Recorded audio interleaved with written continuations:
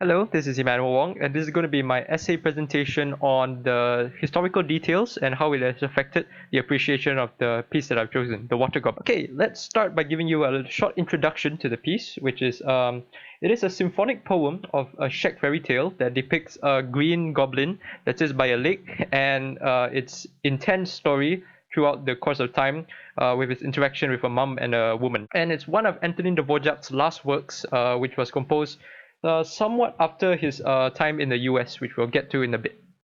Some of the aspects that we'll be looking at is how his writing style has changed over the years and how it has changed how he wrote this piece, the musical period which was written in, and as well as the instrumentation. Start with Dvořák's developed writing style. From the early on in 1860s, when he was still a young composer and finding it hard to make ends meet, his style was very much influenced by the likes of Mozart, where pieces were simple and they were nicely snugged in that classical mold, where motif is clearly defined throughout. Let's listen to an example. This is his string quartet number 3.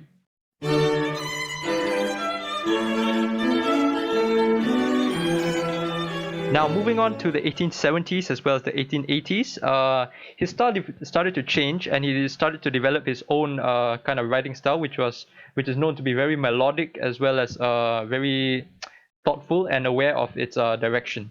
And this is his piece, Slavonic Dances, which was one of his breakthrough pieces, which saw him visit the UK as well as gain fame and respect in his own country.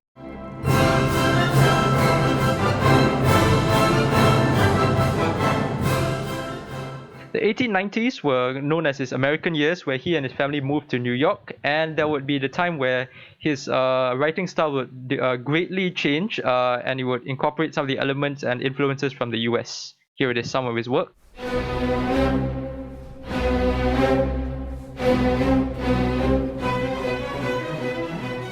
Right, and this was Dvořák when he was young, as a young composer, as well as him in his older years. Let's discuss the second thing, which is the musical period. The Water Goblin was written in 1896, which was the tail end of the Romantic period.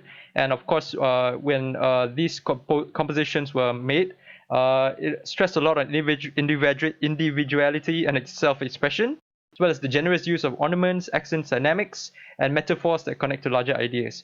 All these were used in this piece to create a sense of imagery as well as evoke the response of the listeners that they could relate to it somehow and be able to picture this story in their mind. And the people who might have listened to this piece, they could have let their imagination flow and could have imagined the Water Goblin to be anything from a mythical creature like this, something more dark like this, or even something more playful just like this. Right, the next and last point which I'll be giving is the instrumentation itself in the piece. The first thing is the use of ornamentation such as thrills to create a sense of playfulness in this part of the piece.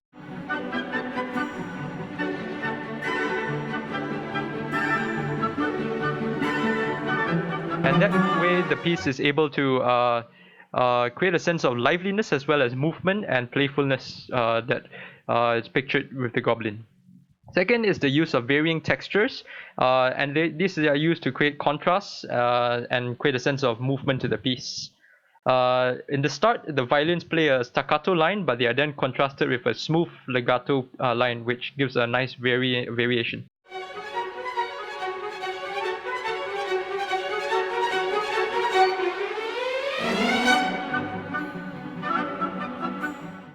Yeah, the line that built up to the introduction of the theme just now, it was way smoother than the one that was introduced before. Lastly, it's dynamics that builds intensity. Now, during this part of the piece where the violins build up to introduce a huge climax to the sound of the main theme of the opening, the volume increases dynamically, and that helps to create impact.